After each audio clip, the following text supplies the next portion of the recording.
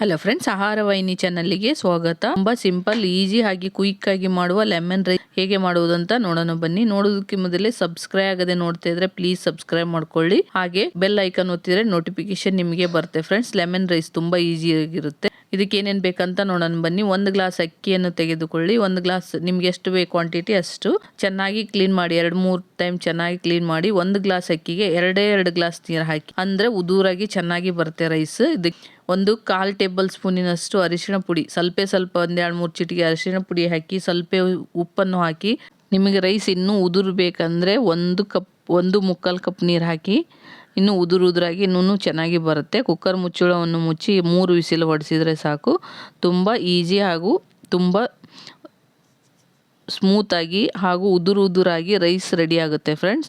ಈ ಥರದಲ್ಲಿ ಮಾಡಿಟ್ಟುಕೊಳ್ಳಬೇಕು ಫಸ್ಟಿಗೆ. ಆಮೇಲೆ ಒಗ್ಗರಣೆಗೆ ಏನೇನು ಬೇಕಂತ ನೋಡೋಣ ಬನ್ನಿ. ಒಂದು ಕಡಾಯಿಯನ್ನಿಟ್ಟು 3 ಟೇಬಲ್ ಸ್ಪೂನ್ ಎಣ್ಣೆಯನ್ನು ಹಾಕಿ, ಹಾಗೆ ಸ್ವಲ್ಪ ಸಾಸಿವೆಯನ್ನು ಹಾಕಿ, ಇದು ಚೆನ್ನಾಗಿ ಚಟ್ಪಟ ಅಂದಮೇಲೆ ಶೇಂಗಾ ಬೀಜ 2 ಟೇಬಲ್ ಸ್ಪೂನ್ ಶೇಂಗಾ ಬೀಜ, ನಿಮ್ಗೆ ಜಾಸ್ತಿ ಬೇಕಂದ್ರೆ ಹಾಕ್ಕೋಬೋದು.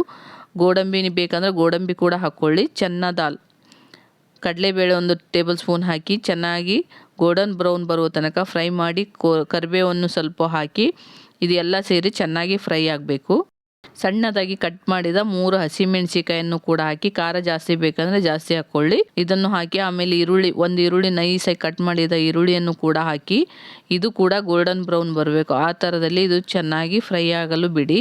ಸಣ್ಣ ಉರಿಯಲ್ಲೇ ಫ್ರೈ ಮಾಡ್ತಾ ಇರಿ, ಜಾಸ್ತಿ ಕಪ್ಪಾಗಕ್ಕೆ ಹೋಗಬಾರ್ದು. ಸ್ವಲ್ಪ ಗೋಲ್ಡನ್ ಬ್ರೌನ್ ಬರಬೇಕು. ಹೀಗೆ ಫ್ರೈ ಮಾಡಿ ರುಚಿಗೆ ತಕ್ಕಷ್ಟು ಉಪ್ಪನ್ನು ಹಾಕಿ, ನೋಡಿ ರುಚಿಗೆ ತಕ್ಕಷ್ಟು ಉಪ್ಪನ್ನು ಹಾಕಿ ಇದನ್ನು ಚೆನ್ನಾಗಿ ಮಿಕ್ಸ್ ಮಾಡಿ. 1 ಸೆಕೆಂಡ್ ಚೆನ್ನಾಗಿ ಮಿಕ್ಸ್ ಆದಮೇಲೆ ಇದಕ್ಕೆ ನಾವು ಮಾಡಿಟ್ಟುಕೊಂಡ ರೈಸ್ ಕೂಡ ಇದಕ್ಕೆ ಹಾಕಬೇಕು.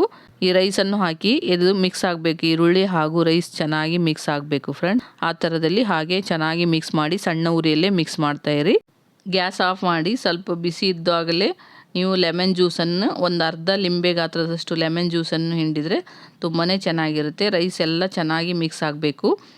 ಹಾಗೆ ಮಿಕ್ಸ್ ಆದಮೇಲೆ ಲೆಮನ್ ಜ್ಯೂಸ್ ಹಾಕಿ, ಬಿಸಿ ಇದ್ದಾಗ ಹಾಕಿದರೆ ಕೈ ಆಗುತ್ತೆ. ಅದಕ್ಕೋಸ್ಕರ ಸ್ವಲ್ಪ ಗ್ಯಾಸ್ ಆಫ್ ಮಾಡಿದ ಮೇಲೆ ಹಾಕಿಕೊಳ್ಳಬೇಕು. ಯಾವುದು ಇದನ್ನು ಮಾಡಿದರೂ ನೀವು ಲಿಂಬೆ ಹಣ್ಣು ಯೂಸ್ ಮಾಡಬೇಕಂದ್ರೆ ಸ್ವಲ್ಪ ಉಗುರು ಬೆಚ್ಚಗಿರ್ಬೇಕು, ಆವಾಗ ಹಾಕಿದ್ರೇ ಚೆನ್ನಾಗಿರುತ್ತೆ.